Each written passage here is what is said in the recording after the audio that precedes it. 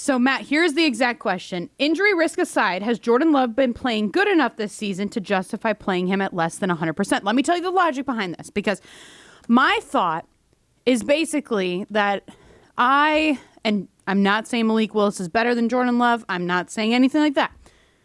I would rather have Malik Willis out there against the Detroit Lions at 100% versus Jordan Love at 70%, because I just don't think that Jordan Love is good enough to be able to feel confident to put him in at anything less than, honestly, 80%.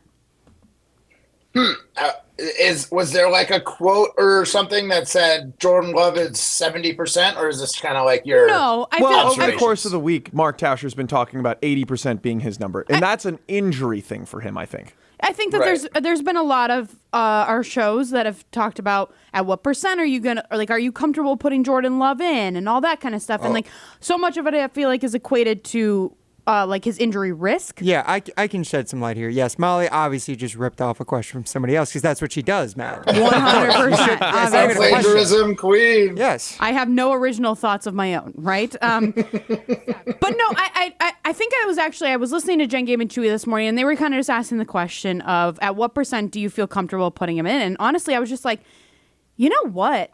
I just don't think he's been playing well enough. And I'm not saying he's been playing bad. I just don't think he's been playing well enough to be able to feel confident in putting him in and feeling like he can do a great job or a decent enough job to win the game. Because I feel like in history of being a Green Bay Packers fan, you had Brett Favre, who would play through anything. You had Aaron Rodgers, who seemingly played through pretty much everything, right? That you could put them in at, I feel like 50 or 60% and still feel confident that they were going to go win. But with Jordan Love, just in the way that he's been playing this season, it does not feel like he could go in anything less than 80%. And even 80%, I'm like, could you go in? Because at what percentage? Because, again, here's another layer. At what percentage do you think that he was at when he took on the Minnesota Vikings coming off the sprained MCL? Was he at 80% for that game? Was he at 85%? What was he at? Because we saw the first half of that game. Not great. We also saw the second half of that game. He was electric. And he looked like he could do it all. So this is a good little thought experiment. The first thing that popped into my head is what percent of the playbook does Matt LaFleur have open for Malik Willis? Right? Let's say 80%. He can't make all the throws Jordan Love makes. Right? We can all agree on that. Malik Willis does not have the same arm talent as Jordan Love. 100%. Okay. So, granted, Jordan Love can't move as well as Malik Willis can right now. What percent of the playbook is open to Jordan Love without having the same mobility he normally has? To me, Matt LaFleur wants him to be more of a pocket passer in the protection. Like, there's a couple rollout plays where you're playing it from either side. But for the most part, I do think Jordan Love, with kind of limited mobility, might have a more opened up playbook than Malik Willis. And against the Lions, I don't think you can just play your bread and butter plays. Like, they're too good for that to work. You need a guy who has a little more arm talent that might be able to throw a couple extra wrinkles into the playbook and try and catch the Lions off guard. So personally, if Jordan Love feels like he's good enough to go because it's a lower body injury, his arm is the reason you want him in the game, not necessarily because he's got great rushing abilities or great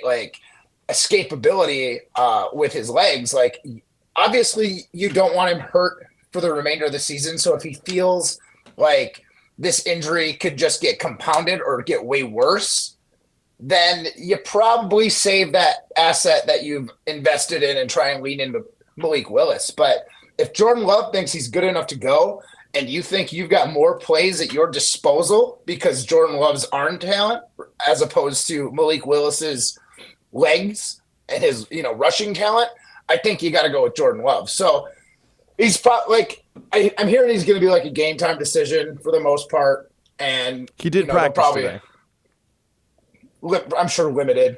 So but Matt, I would prefer Jordan Love personally, just because I know he's got all the throws and he showed what he can do at 80% or whatever percent he was in the second half of the Vikings game, and especially getting that first half out of the way and then playing a half understanding how his body's going to work.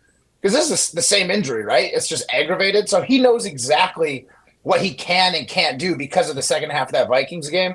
And if he plays like that, this team's good enough to win with Jordan Love at 80%. It's the groin injury on top of it. Now, could the groin injury have been caused because of the differences he's doing with his MCL, like the different changes he's trying to make with his body? Very well could be. I don't know. AC Antosa says, no poll question needed. Mark Chmura already answered, got to be above 85%. But that's not the question that I'm asking.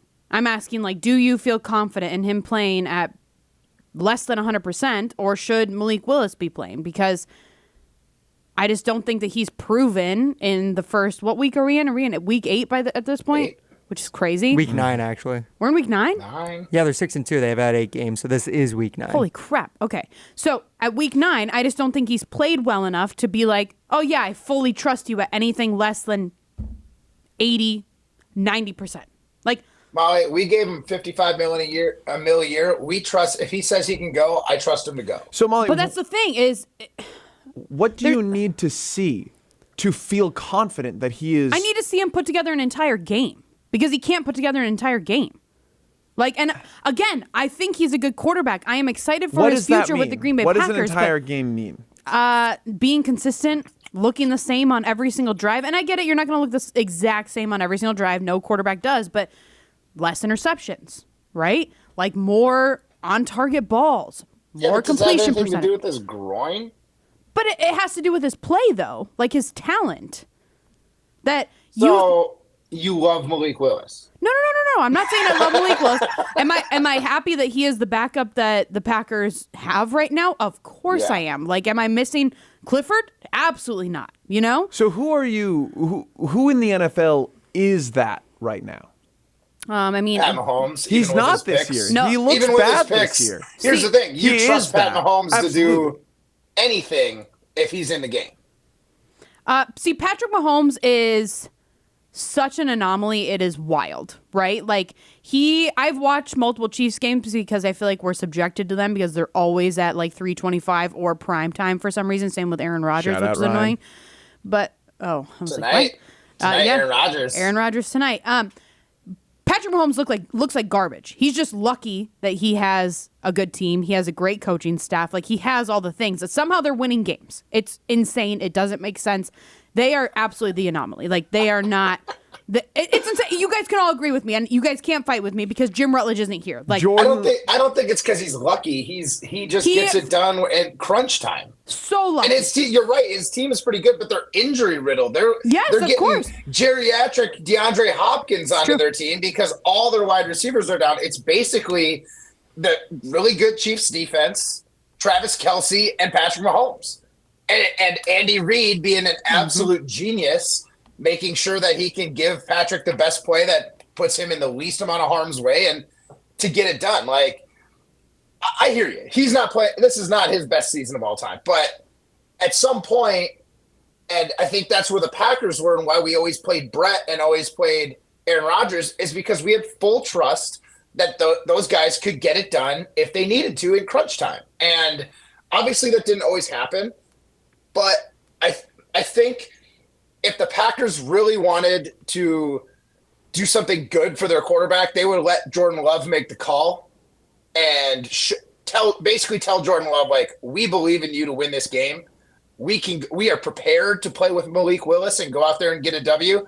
But if you believe you can do it and you think you're not going to be like hamper this team at all, you're the guy. And I think that would go a long way for Jordan Love's confidence and go a long way for Packer fans if they could also feel confident that Jordan Love can get it done, even not at 100%. If he plays this week and he plays as well as he's played this season at any moment, right? Like, there have been ups and downs. As long as he doesn't play like he did in the first half of the Vikings game, he will prove to me that he is capable of playing with anybody in the NFL.